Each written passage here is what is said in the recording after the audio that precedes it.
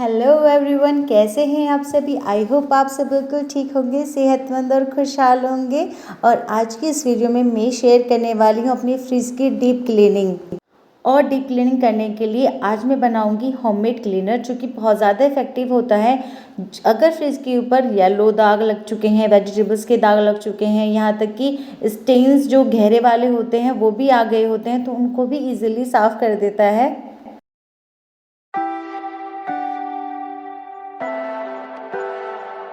और मोस्टली सभी घरों के फ्रिजेस में जो पिज़्ज़ा के साथ या ऑरिगेनो, सीजनिंग और चिली फ्लेक्स आते हैं, ये ज़रूर मिलते होंगे।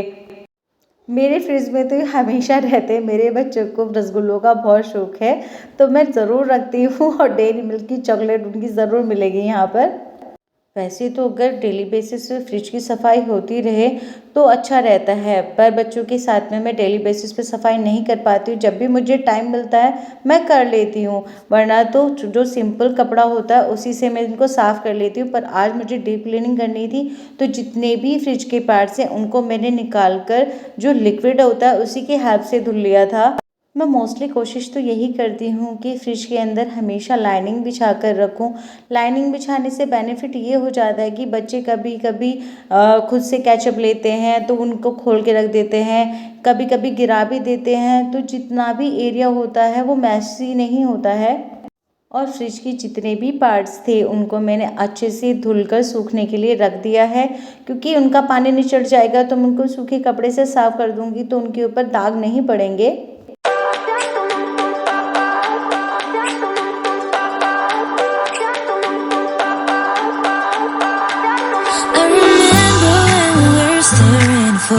और अब मैं बना रही हूँ यहाँ पे क्लीनर। ये होममेड क्लीनर बेस्ट है, मुझे बहुत ज़्यादा पसंद है। टाइल्स और फ्रिज जितने भी हमारे प्लास्टिक की चीज़ें होती हैं सब बहुत इजीली साफ़ हो जाती हैं। तो इसके लिए लिया है मैंने 1 कप पानी, 2 चम्मच लिक्विड जो विम वाला हम यूज़ करते हैं, और उसके ही साथ में वाइट विनेगर, जिसका मैंने यूज़ आधा कप लिया है। ये बहुत ज़्यादा इफ़ेक्टिव होता है। ये तीनों मिलकर किसी भी लेयर को इजीली साफ़ कर सकते हैं। इनको अच्छे से मिक्स करने के बाद में मेरे पास कोलिन की बोतल पड़ी हुई थी। कोई सा भी आप स्प्रे बोतल भी यूज़ कर सकते हैं, मेरे पास कोलिन वाला है। इसके अंदर फिल मैंने कर लिया था इसको, and now it's ready to use. बिल्कुल इफ़ेक्टिव है, एक बार मस्ट ट्राई इसको कीजिएगा। और फ्रिज की सफाई करने से पहले अनप्लग करना ज़रूरी है, मैं भूल गई थी पहले। और अब जितने भी कॉर्नर्स हैं उनके ऊपर मैंने इसको अप्लाई किया। जहाँ पे भी थोड़ा सा येलो दाग होगा, ब्लैक पैचेस होगा, फंगस आ जाती है कभी कभी, क्योंकि लेकिन मॉइस्चराइज़र फ्रिज के अंदर रहता ही है। इसको लगाने के बाद में जितना भी हमारे फ्रिज में गंदगी होती है वो ईज़िली छूट जाती है। आप साफ़ करने के लिए माइक्रोफाइबर क्लॉथ्स का यूज़ कर सकते हैं। मेरे पास पुरानी टी शर्ट्स पड़ी हुई हैं तो मैं उन्हीं का यूज़ कर लेती हूँ। और यहाँ पर मैं बैठ के यूज़ करूँगी, क्योंकि थोड़ा टाइम कंज्यूमिंग हो जाता है, क्योंकि डीपली क्लीनिंग है तो थोड़ा तो टाइम लेती ही है।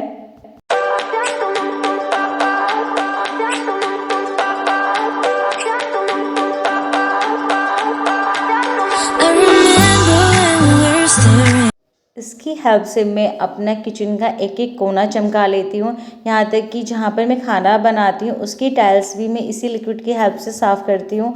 बिल्कुल भी चिकनाई वहाँ पे नहीं रहती है, बिल्कुल साफ़ हो जाता है।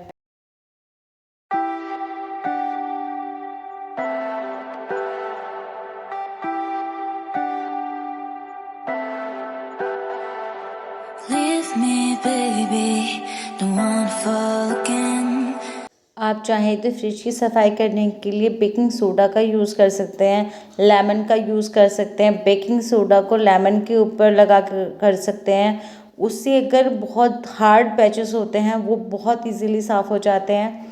पर यहाँ पर मेरा फ्रिज बिल्कुल साफ़ हो चुका है। यहाँ तक कि जो मेरे फ्रिज में नीचे की बास्केट है उसमें भी काफ़ी गंदगी हो जाती है। कभी कभी बच्चे इसके ऊपर चढ़ के सामान निकालते हैं, वो बच्चे हैं, क्या कर सकते हैं। अब तो डर भी है तो उनके पैरों के निशान इस पर आ जाते हैं, तो उसकी भी सफाई मैं इसी से कर देती हूँ।